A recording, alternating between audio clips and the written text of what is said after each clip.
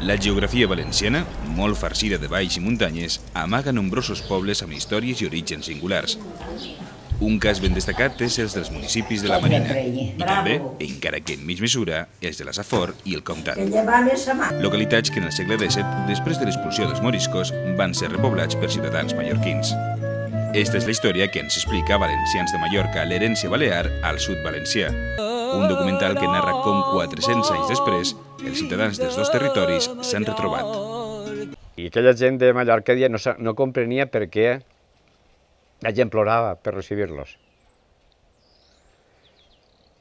Va passar un temps i van comprendre que sí, mos sentíem tarberens i margalidans, mallorquins tots. El documental, com ens explica un dels seus autors, el periodista Sergi Tarín, narra la recuperació d'un passat, però també la fi d'un estigma.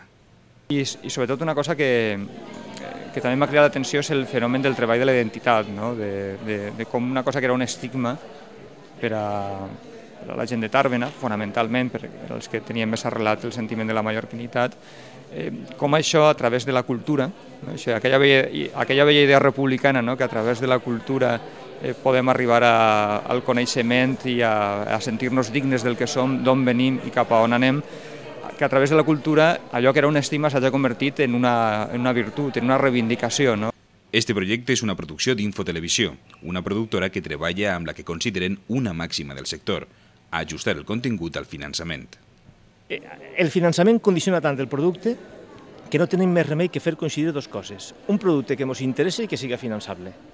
I perquè siga finançable sempre busquem arrelar-lo al territori d'alguna manera, és a dir, a comarques o pobles que puguen estar interessats en aquestes qüestions. En el cas de Valencians de Mallorca és evident que com que afecta una comarca on hi ha una trentena de municipis, pots anar a tocar la porta de determinats municipis que puguen tindre una especial sensibilitat cap al tema.